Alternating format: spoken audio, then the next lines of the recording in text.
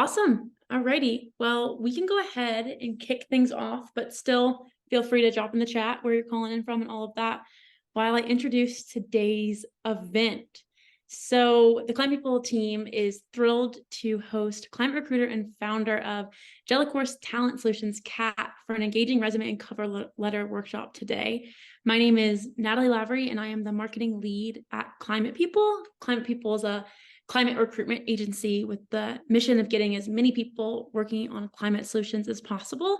So yeah, we're hosting this event today to help all of you hopefully optimize your resume and your cover letter to enhance your chances of getting a job in climate. So again, we're super thrilled to have Kat here today. She's going to lead a 45-ish minute workshop on resumes and cover letters, and then we're going to open the floor for 20 or so minutes for all of your questions. So definitely feel free to think of questions while Kat's presenting, but please do hold them until we open up for Q&A. When we get to that point, you can go ahead and drop them in the chat or raise your hand and I'll call on you. We'll go over that a little bit later on.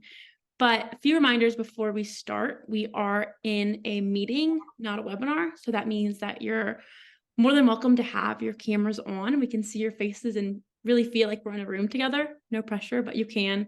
But that also means that you can unmute yourself. So please be cautious of that and only unmute yourself if you are trying to talk, because we will be able to hear your conversations if you're unmuted.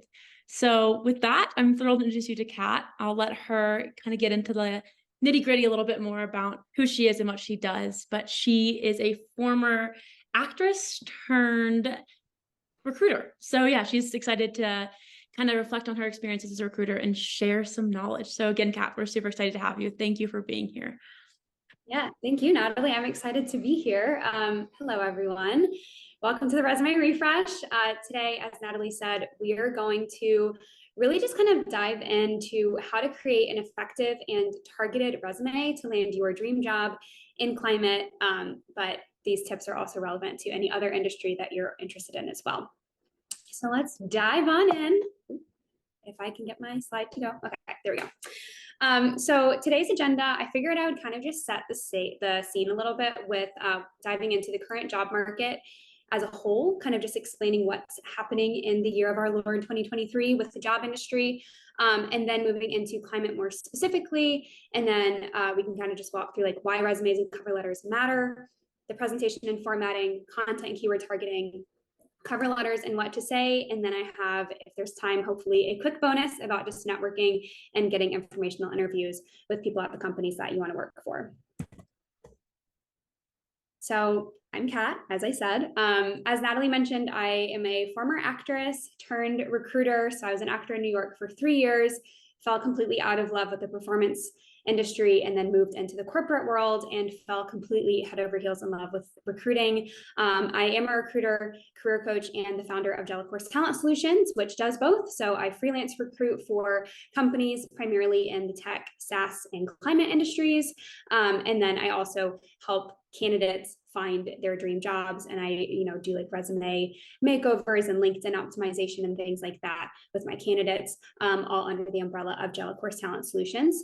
So I've been recruiting for 5 years. I have in-house and agency experience. In the last year and a half, most of that experience has been focused on the climate industry. So super excited to just kind of share some of that insight with you all today. But at the end of the day, I'm just a big believer that job searching should not feel overly complicated. Because I'm also a recruiter, I feel like I'm able to offer a unique and relevant perspective on the job market because I'm actively looking at candidates' resumes, I'm receiving them myself. And so I can tell you what I look for and what I have spoken with other recruiters, what they look for as well. Okay, the 2023 job market is a little bit rough, so I'm sure that you've all experienced a little bit of this. But just a quick breakdown. In 2023 alone, we've had over 233,000 layoffs in the tech industry. Overall, in hiring, there's been a 15% decrease in job openings and a 30% increase in applications. So that means that there are less jobs and more people applying to said less jobs. So automatically, it's just a really competitive hiring market. There are also some industry discrepancies. So all of these layoffs are happening in tech, but then on the flip side, we're having a little bit of a boom in industries like retail, manufacturing, financial services, and healthcare, which all have increased at an average of 20% this year. So there are people that are laid off that have wonderful skill sets. And then there are these other industries that are, booming and maybe struggling to find candidates, whereas the inverse is happening in other industries. So it's just a really interesting job market in general. And even though the unemployment rate, if you look online, is only 3.8%, the reality is that if you look on LinkedIn Recruiter, there are still 26 million people plus looking for jobs. This is something that you can pull up if you have the LinkedIn Recruiter kind of add-on. You can literally search who's looking for work on LinkedIn. This is not everyone that's currently laid off. These could be people that also have jobs right now, but these are people that are actively on their LinkedIn profile saying, yes, I'm looking for work. And so this is competition as far as, the job market. So this is all part of the reason that having a really standout resume and cover letter are so important, because when the job market is this competitive, you just kind of have to, put all of your gears into play to really stand out. The climate industry itself has a slightly more optimistic feeling than kind of the overall hiring market right now. So climate jobs are steadily increasing even in 2023, but they are increasing at a lower rate than in 2022. So we're still seeing a boom in climate. It's just a smaller boom than we've seen in past years. And different climate sectors are also hiring at different velocities. So depending on where you are targeting in the climate industry, your specific job market might look a little bit different. Just as an example, these numbers are from the DOE 2022 report. We don't have the one for 2023 yet. So these numbers are not accurate for this year, but just to show a little bit of a discrepancy, EV and hybrid vehicles were at almost like a 27% increase in jobs in 2022, whereas energy and solar still saw an increase, but only like an 8.5% increase. So again, just depending on which area of climate you really are focusing on, your job market might look a little bit different and be a little bit more competitive. Speaking of industry sectors in the climate space, it's really important to know where you want to land. So if you're looking at, LinkedIn, for example, and you just type in climate jobs, not much is going to come up because climate is an umbrella term. It's not really an industry in kind of the job search terms. So it's really important that you, the job seeker, know where you want to land in the climate space. Some of these go really well together. For example, you could target carbon removal, energy, or environment, food and agriculture. Those kind of all, use similar skill sets, have kind of similar tangential goals. Capital finance, policy, and advocacy, again, kind of naturally go together. But it's just really important to know where you want to land. So if you haven't dug into all of these industry sectors, I'd recommend that you do that. There are some really great resources online. Obviously, Climate People is a great resource for that. Tara Do is another great one. So just to really get very specific on what climate industry sector you are specifically targeting. Okay, so kind of already set myself up for this one, but resumes and cover letters matter because the job market is incredibly stiff right now. There's a lot of competition. And as a recruiter, I've never actually counted how many seconds I spend on a resume. I assume it's probably a little bit more than 6. But the truth is that within a couple of seconds, you can know exactly what you're looking at. Like, I think we've been on the slide maybe 15 seconds at this point, and you probably already know what's happening on this slide. The same thing happens with a recruiter. When I know what I'm looking for on a resume, I can very quickly pick out what I'm looking at and make a decision on that candidate. And when I'm getting 100,000 applications per role, I need to make that decision really quickly. So it's really important to have a resume that makes sense and is cohesive and is quick, easy to read and digest for the recruiter. In addition to that, your resume and your cover letter are really your strongest marketing tools when it comes to your job search. So the recruiter is going to see those things before they get on a call with you. So, I mean, I feel like I've had so many candidates that say like, well, as soon as I get an interview, then I get a job. Like, I'm very good at that part, but you're not going to get an interview if your resume and cover letter are not standing out amongst the crowd. So that's just kind of the hard truth of it. In short, in a market as competitive as this one, having a good resume that is tailored to the specific job you're applying for is no longer optional. So you need to have a good resume, but you also need to have a resume that is specific to each and every job that you're applying to. I know it sounds like a lot of work, but I'm going to show you how to do it in a way that doesn't feel incredibly overwhelming, I hope. Let's see. So first I wanted to just kind of talk about presentation and formatting. I actually think this is a little bit of a hot take, but I think that your presentation and formatting are potentially even more important than the actual content of your resume. Not that the content's not important, but if the content is not being presented in a way that I can digest it quickly and easily, I'm going to miss out on a lot of that great content that you've provided. So a few kind of quick tips. I like to use the KISS method. So keep it simple, silly. You can also say keep it silly, simple. When I was working at the staffing agency, one of the things that we would actually do is take our candidates' resumes and put it into our own template. And our template was literally a Google Doc with like the name in bold, the job title in italics, and then experience just listed out like bold, italics, bullet points, bold, italics, bullet points. And it was just so clean. People knew what to expect when they were getting a resume from us. And it was really mind opening to me because I was one of those people that I had a really cute, like, you know, kind of pretty resume that I'd spent a lot of time on. And I realized through that process of really recreating these resumes, how much easier and quicker it is to get the information when the resume is just really simple. So keep it as simple as possible. Really emphasize the white space too, because part of this is really just guiding the recruiters or the hiring manager's eyes to see the keywords and for your experience to really pop off the page. Really strong emphasis on keywords. We'll get into those a little bit more. And then as far as the way that you present yourself as a candidate, I really like it when you tell a clean story. So just kind of knowing how to present yourself, making sure that your bullet points are sharing business impact and the work that you did, and things like that, which again, we'll dive into a little bit more in a second. Okay, here is an example of a resume. This is fake candidate.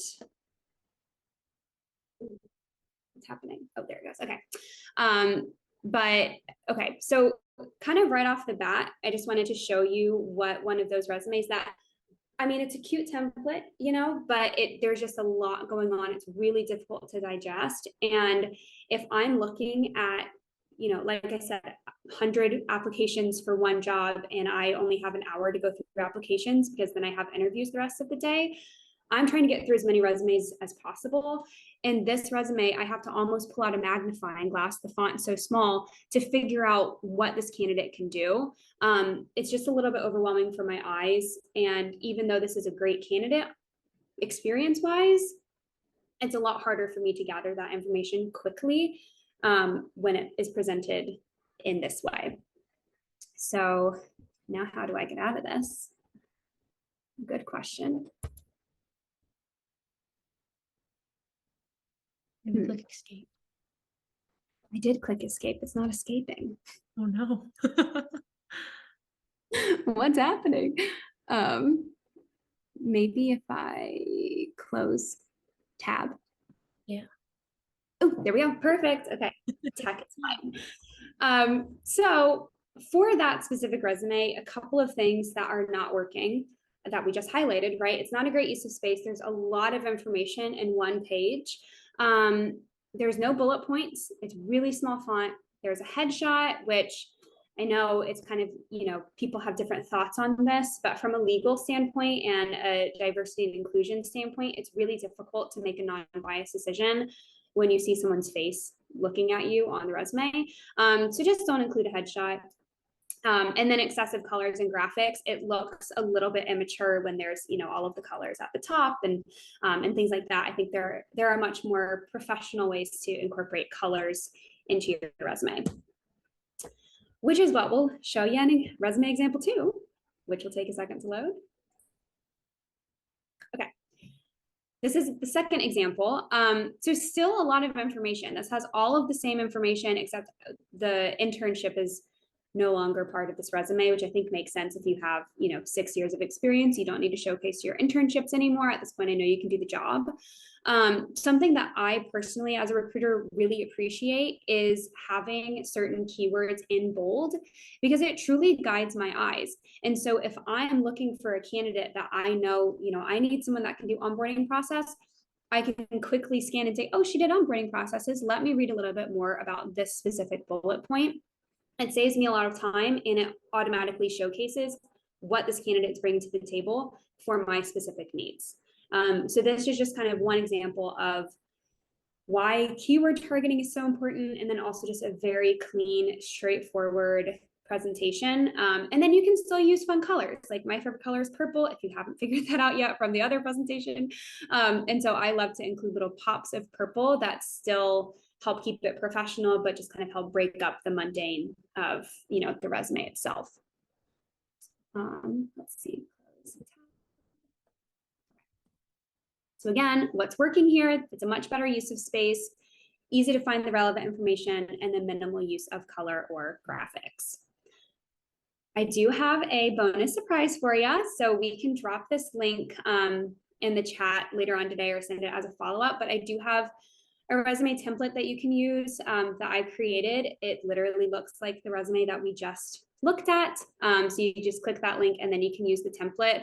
And I tried to be very kind of clear on what to do in each section without giving you too many rules, because I do want this to still be your resume. I didn't want to just give you a template that you kind of copy off of, but one that you can really make your own and hopefully use effectively. And so, like I said, I gave you some little tips to follow, and so hopefully that's helpful. If you have questions, I'm around for you to reach out to. And oh no, now I gotta get out of here again. Why is this so difficult? Okay, there we go. All right, now let's dive into the content of your resume and keyword targeting. What this is not when it comes to keyword targeting is it's not starting from scratch for every application. So you're not recreating the wheel every time you apply to a job. It's also not a job description copy paste, and it's not sharing false information on your resume just to check off certain keywords.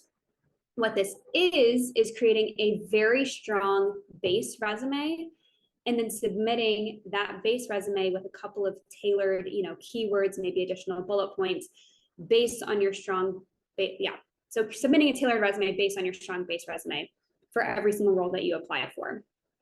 And I'm going to show you how to do that. So this is helpful, again, because recruiters and even ATS systems scan resumes for keywords based on the job description and what the hiring manager is looking for. So me, the recruiter, I've obviously put together this job description trying to include keywords because I want the candidates that are going to be good fits for this job to match, those keywords. I also have had conversations with the hiring manager. I know what the top 3 to 5 priorities for this role are. And so when I'm looking at a resume, I'm looking specifically, do they have these 3 to 5 things? Because if they don't, the reality is the hiring manager is not going to pass the resume forward. That's just kind of the harsh truth of it. The job description does offer clues as to which keywords a recruiter is looking for. And so then making sure that your resume includes those keywords boosts the likelihood of you receiving an interview, which is the end goal here, right? Is to get an interview and then get the job. So as a quick example, I just pulled this job description off of the job board for TerraDo, company called Planet. But I figured that I would just kind of use this as a quick example. So this is just the very top part of the job description. This is for a people operations team. Forget what the actual job title is, but I highlighted just a couple of keywords. So you can kind of find like the job description is really full of keywords. And then what I did is I put my recruiter brain on and I pulled out the keywords that I think that I would be looking for if I was hiring for this job.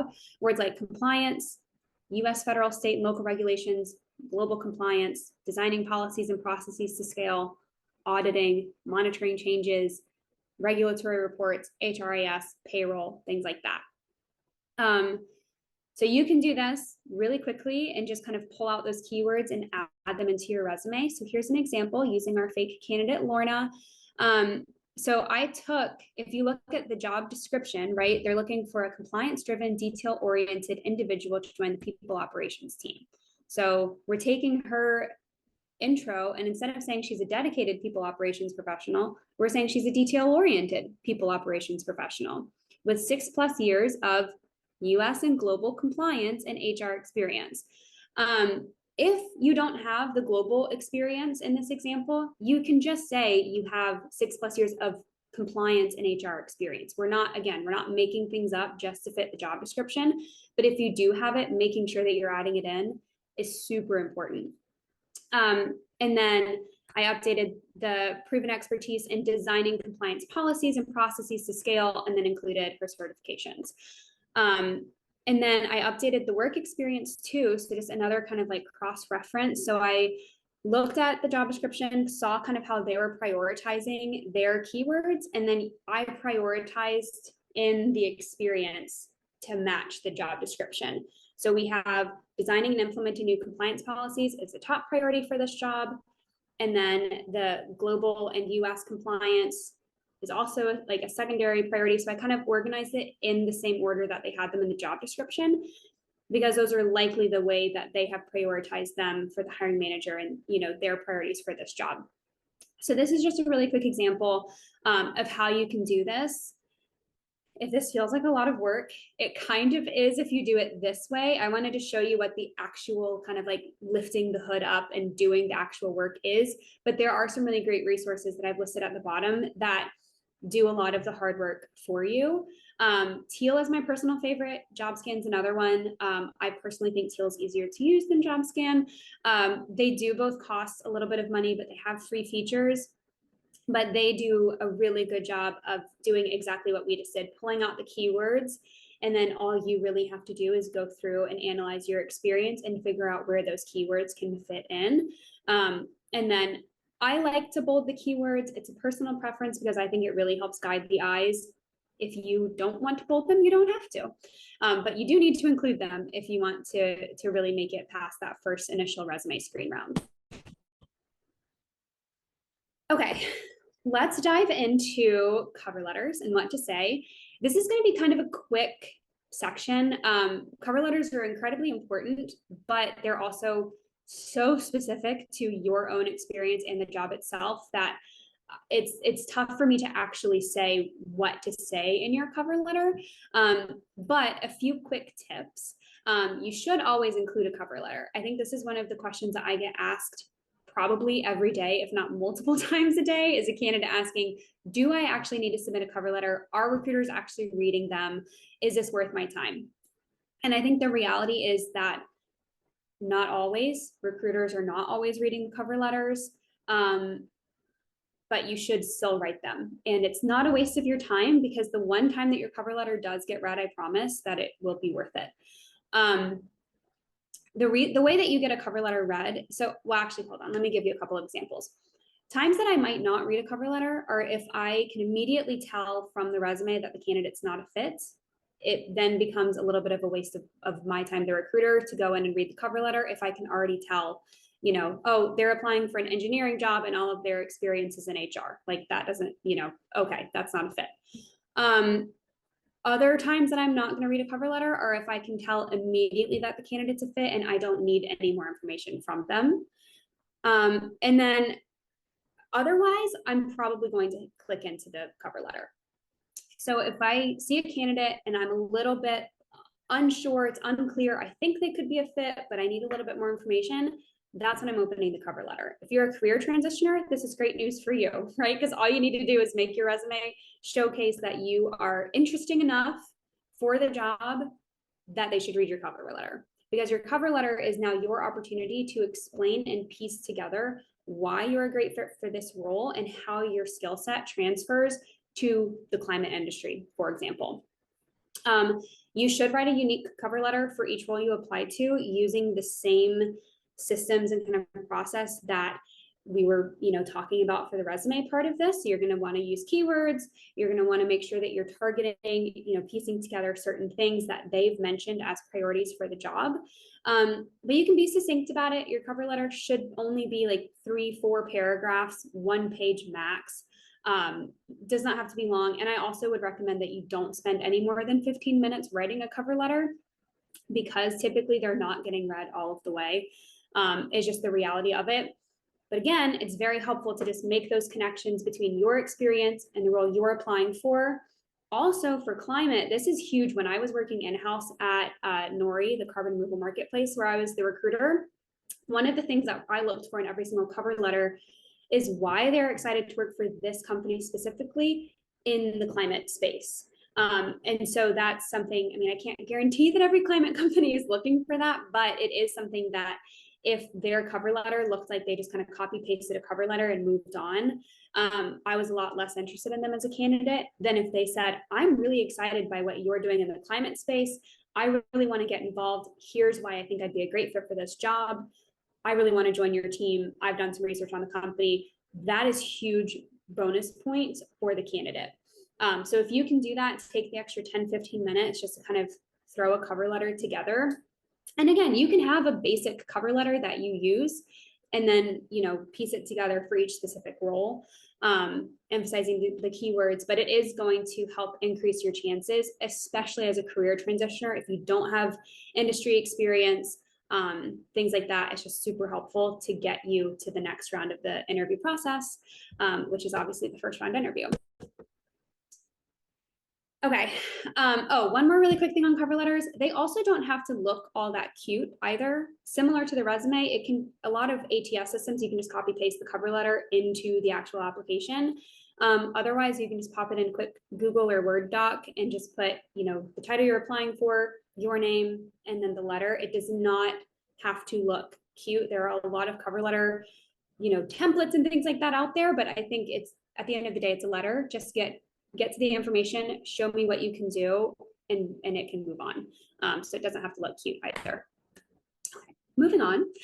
I wanted to do a really quick bonus on just how to network, especially using LinkedIn, and how to ask for informational interviews. The reason this is important is because while your biggest marketing tools are your job or your resume and your cover letter, the reality is 70% of jobs are found through networking.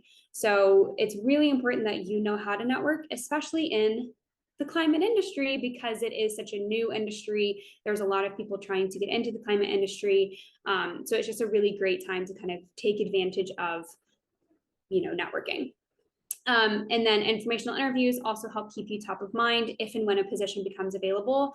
This is great for a market like the 2023 market. It's also great when you're working with primarily startups, which is what the climate space is mostly full right. Have roles that are coming down the pipeline but are not hiring for yet. And so if you can get in front of those companies and speak with the recruiter or the engineering manager or the product team lead or whoever it is at that company, and you can go ahead and get in front of them and have that conversation, showcase your experience, etc., then it helps keep you top of mind if and when that position that you're vying for becomes available. So networking, super important. My favorite way to do it is through LinkedIn, because it's obviously just a huge network of people. There are also, though, other ways to network in the climate space specifically. You can go to local meetups. I know there are some in LA, Seattle, Colorado, New York, probably other places in the US as well. And then there are also some really great Slack channels you can be a part of. My Climate Journey, Work on Climate are 2 really good examples. But as far as being able to search specific people you want to network with, I still think that LinkedIn reigns supreme in this area. So this is how you search for people on LinkedIn. It's very easy. For a broad search, which is what this picture is an example of right here, you can literally search for who might be your manager. So if you work in operations, search for an operations manager. If you're in engineering, search engineering manager. You can also search engineering team lead or VP of engineering or VP of product, whatever kind of iteration, but search for who might be your manager. And then you can specify the company type or industry type. For this example, I specified the solar and wind industries. Again, on LinkedIn, climate is not an industry, so you do have to get very specific on the sector that you're targeting, which is helpful.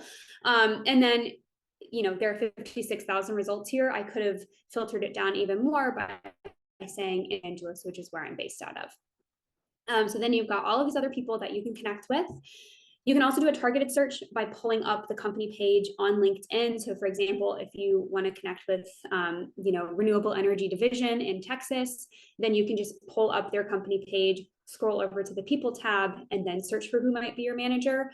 This is nice if you already have kind of a hit list of companies in the climate space that you specifically want to work for. You can target them that way. But from here, all you have to do, it's so easy, is send a connect request with a quick note. And it can be as simple as, I came across your profile while researching this company, or I'm really excited about the climate industry, would love to connect. It does not have to be fancy. But if you send 10 to 15 of these requests per day or per week, depending on how kind of hard you want to hit this, you will be surprised at how quickly your connections go up and how easy it is to then get an informational interview in the next step. So step one is you find the people, you send 10 to 15 connect requests per day. And then once they accept, you send a quick little note to them asking for an informational interview. So it can be something as simple as, thanks so much for accepting my connect invite. You've got a really impressive background in X. I think it's really cool that you went from education to renewable energy, or whatever. Just take 2 seconds to look at their LinkedIn profile, give them a compliment on their experience. This goes miles, I promise you. And then just say, I'm currently exploring new opportunities and would love to learn more about you and your experience. Would you be open to a 15-minute conversation in the next week or two? If you send 10 to 15 requests per day, you're getting out, like, what is that, 50 per week? You're probably going to have at least 5 to 6 informational interviews the next week if you follow this method. And like I said, it's a really great way to just be top of mind, even if they don't have active opportunities right now that are a fit for you. It's kind of the long way to play the game, but it's incredibly effective. Okay, really quickly, just wanted to do a quick plug. All of this is kind of a high level of what we dive into in my ultimate coaching package, which is 5 one-on-one coaching sessions, where we really kind of do a deep dive of your resume, how to look for keywords. I will help you do that for certain roles you're applying to so that you get used to what it feels like, and things like that. I'll also kind of go into a deep dive of how to network, what to say in the interview. We can do mock interviews, things like that. So if you're at all interested in any of that, I am offering a resume refresh discount of $100 off through next Friday, October 6th. Just wanted to do a quick plug for that. And otherwise, oh my gosh, how are we doing on time? 9:35. Wow, I must have talked faster than I did when I practiced this. But yeah, now we have time for Q&A. Awesome. That was incredible, Kat. I feel like I learned so much and really appreciated the emphasis on quality over quantity when it comes to applications. I feel like that's something that I preach a lot and I hear so much is like spend the time doing those connection requests, networking, putting time into the cover letter, and that's going to lead to a job. So definitely agree 100% with everything you said. And thank you. Like I said, I learned so much. Yeah. It feels counterintuitive, but it's so important to be like as intentional as you can be. Like you hear it all, the more niche that you can be, the more success you'll have. It's true. Definitely. Yeah. Awesome. So as Kat mentioned, we can go ahead and go to Q&A. We have some time to make sure we answer all of your questions. I see 2 in the chat. And then as Elizabeth is doing, feel free to raise your hand. You can do that by clicking the reactions in the bottom of your screen and then raise your hand and I will call on you. So Elizabeth, do you want to kick it off? And then we'll go back up in the chat. And I know, Jennifer, you asked a question and someone else did too. So sure, thank you. And I'll make this quick. It's sort of a twofer. One, thank you, and I'm impressed with the speed at which you did that because I'm from the East Coast and not, I thought maybe you slowed down a little bit now that you moved to the West Coast. But I'm impressed with the speed at which you did that. A couple questions. One is partially, I think one of the girls answered it. When I'm reaching out to, if you do find the hiring manager, I'll be honest with you, I'm not really getting any responses at all. Oh, one I got where it was, no, I'm not the hiring manager, even it was the person that posted on LinkedIn that they had a job open. here's your link. So there's that. Is there any, trick or special sauce for that? The other is some of these job postings. I don't know if anybody else is seeing this, but they're pretty innocuous. Like special skill sale. Like so how do you make sure, I guess by using the tools that you put in there, but some of them don't really have anything that I would think is a skill that you're looking for, yet I'm still kind of getting rejects. I'm not even getting past I guess, and these are jobs that I'm more than qualified for. I'm not getting past to even get a call. Yeah, those are great questions, Elizabeth. For the first one about not getting responses from hiring managers, I mean, I have to just kind of confess and be transparent that I have not responded to all of those messages either, because our inboxes really do get very flooded when we post a role and people are sending messages. I will say, even if I don't actively respond, I see the names. So I see who's actually sending the messages, and it does prompt me to look at the application and then get a response out to them more quickly. That's kind of a broad generalization just based on my experience. I don't know if every recruiter is doing that. Some people probably do just get overwhelmed with their LinkedIn inbox and kind of just disregard it and let it sit at 1,000 unread messages. But that's probably the reality of why you're not getting responses, is just kind of once you put your accessibility on the job application, everyone's reaching out to you. That makes sense. Respond.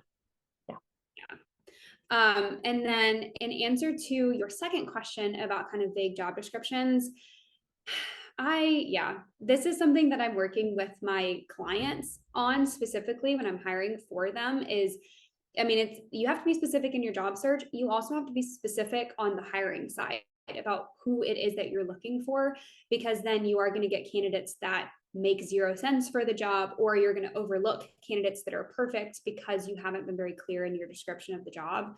And I think that's especially true in climate, when some of these jobs are kind of completely new, not like made up, but they're completely new jobs using kind of these like different skill sets from different places. They don't know how to title them. They don't know how to emphasize what they need, because it's a completely new need. So I think that's part of what you're seeing. I think in those instances, just kind of do the best that you can do, and then reach out to the hiring manager. If you have questions, sometimes they'll put, if you have questions, send an email. I would send them an email with questions that you have. You can send them a follow-up LinkedIn message. Don't go too crazy about it. But just kind of say like, hey, I think I'm a really great fit for this role. I see that you listed sales as one of the skills. I was wondering if you could give me a little bit more color around what type of sales you're looking for, or what KPIs you're targeting, or something like that. Usually if I get a message like that, it tells me that I need to go and revamp my job description. It also makes me that much more interested to speak to that person, because they've actually taken the time to say like, I have questions about this. And that shows me a soft skill of like, okay, they're a problem solver. They're like a really, intuitive thinker. They're bringing me this problem with a solution, and really intellectual, thoughtful questions about the job itself. So that could be something that you could do as well. Okay. And sorry, one more quick point on the first question. The emails that you're sending to these hiring managers or recruiters, I would make them as concise as possible. I've seen a couple of examples literally say something along the lines of, hi, Elizabeth, I applied to this job, insert the job title. Really excited about the opportunity. Here's a couple of reasons why I think I'd be a great fit. 3 bullet points, like why you're great, again, targeting the job description. And then if you're interested in my profile, let's set up time to chat this week. Like, I know that feels maybe scary on the candidate side to be that bold, but again, it kind of makes the recruiter's job easier, because they're like, okay, these are the top 3 things that she's saying she has experience doing. This is exactly what we're looking for. I'm going to give her a call. And so that could just be another way that you're going to get a quicker response. Okay, that makes sense. Thank you very much. Yeah, of course. Thank you. I love that. I feel like there's so much there. We could talk about that for a whole other hour. We have a few more questions that are all in the same vein of thoughts. I'm going to combine them together, but basically on like resume length. Is it important to you to keep the resume under 2 pages, or should you have a resume that's geared towards people? So like a person reading it, and then that's shorter, and then one that's geared towards more like applicant tracking system that's longer to kind of contain all those keywords. What is your opinion on this highly debated length of resume topic? Good question. And there are different schools of thought on this. I'm going to give my opinion, but just know that other people have different opinions, and that's just kind of the truth of the market. Everyone feels differently about this question. The first question, how long should a resume be? I think for the most part, there is consensus. It should, 2 pages would be maximum, but that's only if you have the experience to justify 2 pages. If you have 2 pages of experience, but your second page is all about being a lifeguard and a cashier when you were in high school, remove it. I only want relevant experience. And I think the general rule of thumb, depending on how many bullet points you have for each of your experiences, you can generally fit 3, sometimes 4 past experiences in a 1-pager, and it can still look clean and have good spacing. And honestly, unless you have 10 plus years of experience, you don't need much more than that. So I do fall more into the camp of 1 page. Because the issue that happens is if we are looking at your resume really quickly, we'll do a quick scan of the information, and then we'll start kind of diving through the keywords. If you have stuff on a second page, we might not scroll to the second page on our quick initial scan. So if you have stuff that you want us to see, put it at the top, regardless of if you have a 1 or 2 pager, but try to keep it to 1 page if at all possible. And then to answer the second question about should there be like a longer one for ATS versus like a people forward one, I kind of don't think so, just because it makes so much more work for the candidate. Is it potentially effective? Yes, but I also, again, I think it depends on the recruiter and the company. I don't know how many recruiters are actually relying on the ATS to show them which candidates to look at. If I'm filtering, like for example, I had over 400 applications for a social media specialist job that I was hiring for the other day. And what I did is I said, okay, well, we have these like a couple of specifications. We need someone that is willing to work on site, so I could filter out by location. We needed someone that was willing to work contract. So that was, we had a question in the application, are you willing to work contract, part-time hours? So I could filter off of that question. So I was filtering off of things beyond the keywords. And I have a very high level of distrust for the ATS system to actually populate which resumes I should be looking at for a job. Again, I can't guarantee that every recruiter is doing it kind of as methodically as that. But I think the reality is that for the most part, ATS systems are not as much the enemy as LinkedIn might make you believe that they are. That's kind of my thought. Yeah, definitely. Putting the effort where it's going to have more benefit for you rather than just spreading yourself so thin. Definitely. Awesome. Next question we have is, do you have recommendations for organizing a resume where your most relevant experience is further down in your timeline? Is there a non-awkward way to arrange your resume in a way that's not structured around timeline? So essentially, my job 3 years ago is more relevant to the job I'm applying. Should I put that first, or is that awkward since the dates are going to be unaligned? Does that matter? Any tips in regards to that? And then along that question, we had one later on that was like, where should your skills go? Should they go up top? Should they go in the bottom? So kind of grouping those 2 questions together. Okay. Great questions. The first one about order of the resume, if you have more relevant experience longer ago, I've seen, honestly, the recruiter usually am smart enough to kind of piece together like, oh, this is 2017, but it's at the top, but that makes sense because this is actually the most relevant. So I don't think you have to overthink it. But if you want to just, again, make it easier for the recruiter, I've seen candidates, which I think it actually looks really clean if they do this, just put relevant experience like as a header, and then other experience or previous experience or something like that, to kind of break it up. And then you would just organize the relevant experience, obviously in timeline order, and then the other experience in timeline order, so that it still makes sense, but it's kind of bucketed and spaced out for the recruiter. So I think that's the answer to the first question. And then what was the second question? Oh, where skills go. Yeah, you got it. It's like there's a lot to remember here. So I think it depends on the job that you're applying for and where you are in your career. For people that are just starting out, I always recommend skills and education first, and then relevant like internship experience or something like that. Because again, if you're reading a resume top to bottom, I want to know what skills you have before I want to hear about your lifeguarding job. You know, if that's the only experience you have, great, add it. Tell me what's relevant to the job I'm hiring for. But I think, you know, it's more important to get the really relevant stuff at the top, like skills. Do you know these softwares I'm looking for, et cetera. I think conversely, if you have the relevant experience, I would put skills closer to the bottom just to highlight the relevant experience first, because usually if you have the relevant experience, you have the right skills. So that's kind of the way that I think of it. It moves around depending on, you know, if you're transitioning and you really want to showcase like the skills that you have first, put them at the top. If you have the experience to back it up, just put the skills at the bottom, because they're kind of a little bit less important to me, the recruiter. I think the same goes for a summary.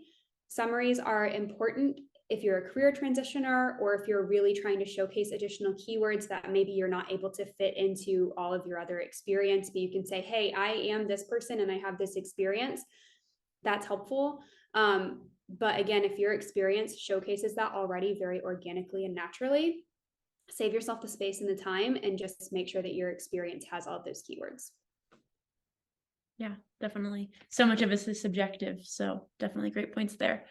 This question has gotten 2 upvotes, so it's going to get to skip in line. I think I forgot to mention this. If you agree with someone else's question, put a little upvote or an emoji next to it, and I'll prioritize those ones. But the next question, Kat, is any tips on follow-up emails when you haven't heard back from an application for a while? Should I be sending them at all? What's the etiquette for that? Oh, that's a good question. So this is, sorry, my pen fell. This is a job that you've applied for, have had zero communication, and are just wanting an update on the application. Is that, am I understanding their question correctly? Or is this someone that you've interviewed with and are trying not to get ghosted? Because I think the answer is different depending on the situation. Nick, I think. Unfortunately for me, probably the former, but probably instructive to answer for both, I think. I'll answer for both. So first scenario, you've applied, haven't gotten an answer, waiting, very excited about the company. If you can find someone's email at the company, I would just send them a quick note and say like, hey, I just wanted to check on the status of my application. And just subject line can literally be like status, application, job, name, like something very simple and straightforward, so that when I get the email, I'm like, oh, okay, they want an update. I think body of the email, very quick, just kind of a reiteration of how excited you are about the job, why you think you're a great fit, and just that you applied it, I applied 3 weeks ago. I was just wondering if you had any update on my application. Like it could be as simple as that. You might not get a response, but again, if it's in the recruiter's inbox, they're more likely to at least go and look at your application to get you an answer. So I think that, is helpful. I would probably give it 2 weeks minimum before following up, because that's usually the turnaround time for like how long a recruiter is going to let applications sit in their inbox. Second scenario, I think you can follow up after a week. If you've spoken to someone at the company and you haven't heard back and you're trying not to get ghosted, just follow up at the week mark, 1 week to 10-day mark, depending on what they said for next steps, and just kind of say something along that same line, like, just, hey, just wondering if there is any update. I really enjoyed our conversation. Think I'm a great fit. Here are a couple of reasons why. Would love to work for your company. Looking forward to hearing from you soon. I think the reality is if you've spoken to someone at the company and you send a follow-up email, you're more likely to get a response than if you applied and haven't heard back yet. But again, I think just getting your name in front of the recruiter is at least going to get you an answer. It may or may not be the one you're looking for, but at least you can get a response more quickly, hopefully. Does that make sense? Yeah, definitely. I think it does. And like you touched on, it's so much of it is just putting your shame to the side and just doing it. I think a lot of people take it really personally when they get ghosted. And as you mentioned, Kat, the sheer number of messages you're getting on a daily basis it's never an attack against any of the applicants. It's simply time and time management. So yeah, there's no shame in responding and following up. So yeah, I guess in that same kind of vein of thought to that question, the next question we have is, how direct should you be about your interest in an open role that you've seen at the company when you reach out on LinkedIn? So like, how explicit should you be with your interest, or should you list out your qualifications? Should it be more vague? Kind of where do you recommend people be on that spectrum? Yeah. I think you can be as specific about how excited you are as you want to be, with the exception of like, do a quick kind of room check. Like, don't, because I have received messages before where it almost feels like just a wave of excitement, and not, I want to watch how I word this, because I want you to be excited for the job. I think there is a way that it can come across as almost aggressive excitement, and that is a little overwhelming to receive, because then I feel even worse if I have to reject them, or it just puts a lot more pressure on me, the recruiter, than maybe you want to as the candidate. So I think, again, it doesn't need to be super formal. I think just quick and to the point is the most effective way to be. And you can say, I think what I was trying to say with the former is like, you don't have to say, I'm so excited to work for your company. I think it's the best company ever since sliced bread. And I think that it would be a game changer and it's my dream to work here. Like, that feels a little much. So instead, what you could say is, hey, I'm really excited about this company. I think your mission is great. I'd love to be a part of this. Here's a couple of reasons why I think I'm a great fit for this job opportunity. I'd love to set up time to speak with you. Have a great day. Like, I think it can be that quick and to the point. So you can still be intentional about how excited you are without kind of just like the additional fluff of, like, I think there's a fine line between too much fluff and just enough excitement, if that makes sense. I hope that's not like a really abstract kind of way to answer that. But yeah, that's what I'd recommend.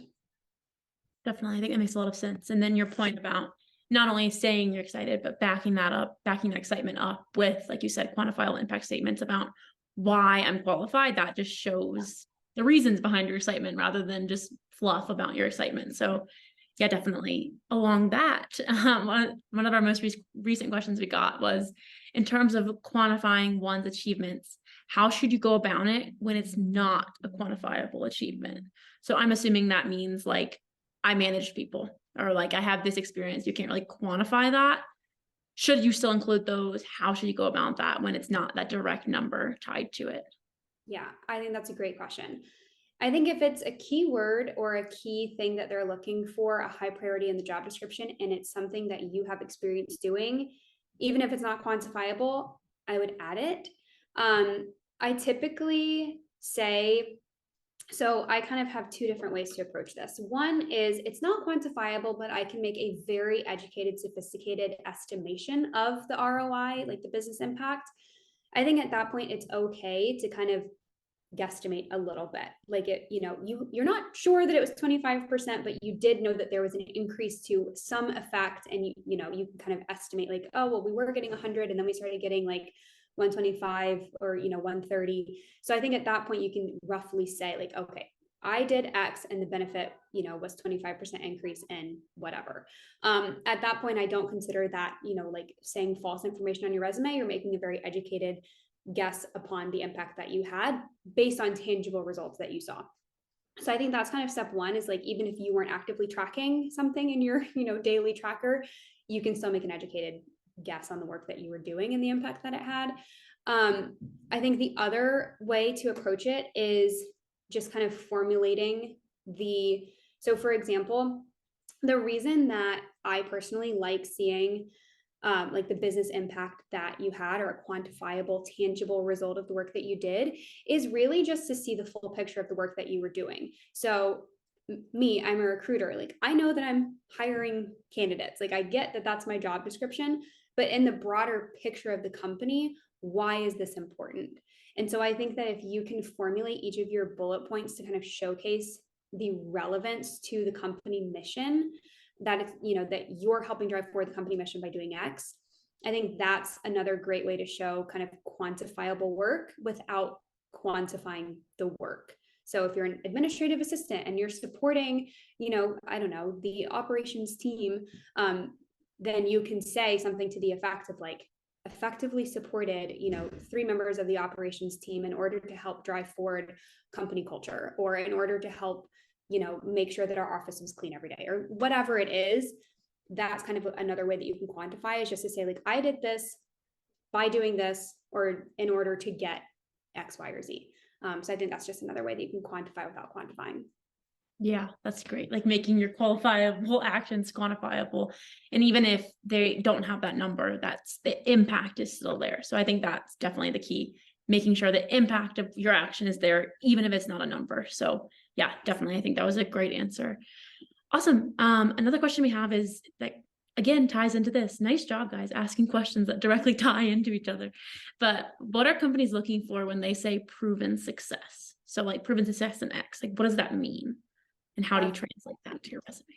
I would say proven success is really kind of what I just said. Like if you can actually say the work that I did actually resulted in this. So I'll give you an example from my resume. So if I see like a job description that says proven success or proven track record of establishing a company referral policy, then I on my resume would say like effectively established a company referral policy resulting in a 50% increase in company referrals, or just resulting in an overall increase in company referrals. You can say like, oh, we actually hired 2 referrals after I made this policy. You can kind of vary the way that you word it, but just actually saying I did this thing that you're looking for, and here's my proven success, here's the business impact that it had, here's how I changed the world by doing this. So I don't think you have to say, because it's really ambiguous. Like, and if you just say, oh, I have a proven track record of doing this, you're kind of hitting that keyword, but you're missing the point. So I think that's a great place that you can really elaborate on what the business impact is that you actually brought forth with your work. Yeah, definitely. Awesome. So we are running out of time, but I'm going to give us one more question because I think this one's a really good one to end on. And it's, if you found a role and applied to it, how forward should you be when you're reaching out on LinkedIn? Should you limit it to 1 or 2 targeted people, so like the recruiter or the hiring manager, or should you try to connect with lots of different people at the company? How graceful do you want to be in regards to doing that? That's a really good question. I think it's again something that kind of just depends. I would say if it's a really small company, like if it's a 50-person or less company, probably only reach out to 2 people, because people at companies talk, and if they see that you're reaching out to like 15 people, that feels a little much if the company size is so small. If it's like a fully distributed global team and there's 500 plus people at the company, you could reach out to 5 or 6 different people just to kind of boost your chances. I wouldn't reach out though to anyone that's not relevant to the job that you're applying for. So I would reach out to the recruiter at the company, who would potentially be your hiring manager, and then maybe teammates on the team. So if you're looking for a product job, you could look at people on the product team that have been there for maybe a year or 2. But I would approach that less as, hey, I just applied to this job, can you get me in? I would, if you're reaching out to a teammate or a potential like future colleague, I would word it more along the lines of, hey, Samantha, I just applied for this job. I'm really excited about the opportunity. I see you've been there for 2 years. I would love to hop on a quick 15-minute, virtual coffee with you just to hear more about what your experience has been working at ABC company. That's how I would phrase that. So I think it's different, your approach. Whereas like the hiring manager and the recruiter, obviously you're saying something more along the lines of like, I just applied for this job. Here's why I'm a great fit. Looking forward to hearing from you. So I think it kind of depends, but that's what I'd say. Yeah, definitely. Awesome. We didn't get to 2 questions, but I just dropped quick little answers to those in there, but feel free to add us on LinkedIn and ask Kat or ask me for more information on that. But we're at time. Time sure does fly. I'm shocked that it's already been an hour. But thank you to all of you who joined us today and are eager to get a job in climate. And of course, thank you so much, Kat. As I've said like 10 times already, I learned so much, so I'm sure everyone else did as well. I will be sending a follow-up email to all of you who registered and are here today with a link to the recording and then all of the incredible resources that Kat has shared today.